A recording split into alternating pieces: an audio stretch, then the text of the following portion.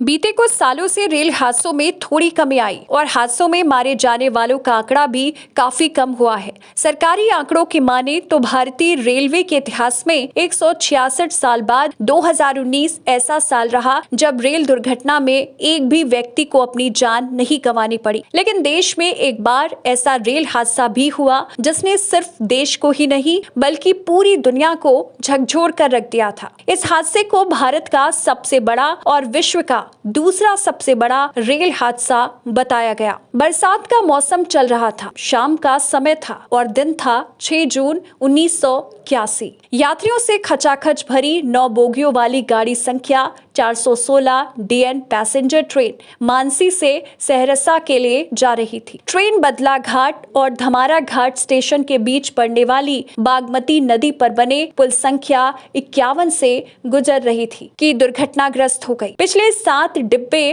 Train से अलग होकर नदी में जा गिरे। बरसात का मौसम तो था ही, बागमती का जलस्तर भी बढ़ा था। पलक झपकते ही ट्रेन नदी में डूब गई। ट्रेन के उन 7 डिब्बों में सवार यात्रियों को बचाने वाला वहां कोई नहीं था। आसपास के लोगों के नदी में पास पहुंचने तक सैकड़ों लोगों की नदी में डूबकर मौत हो चुकी थी। हादसे में कई दिनों बाद तक सर्चिंग ऑपरेशन चला। गोताखोरों की 5 दिन की कड़ी मशक्कत के बाद नदी से 200 से ज्यादा लाशें निकाली गईं। सरकारी आंकड़े कहते हैं कि इस हादसे में लगभग 300 यात्रियों की मौत हुई, जबकि आसपास के लोगों का कहना था कि इस रेल हादसे में करीब 800 लोगों ने अपनी जान गंवाई। हालांकि हादसे की कई वजहें बताई जाती हैं। किसी का कहना है कि तेज आंधी की वजह से हादसा हुआ, तो कोई कहता है कि नदी में अचानक बाढ़ आने के कारण ट्रेन दुर्घटनाग्रस्त हो गई। इसके अलावा कुछ लोग ये भी बताते हैं कि पुल पर आई एक गाय को बचाने के लिए लोको पायलट ने अचानक तेजी से ब्रेक लगा दिए थे, जिस वजह से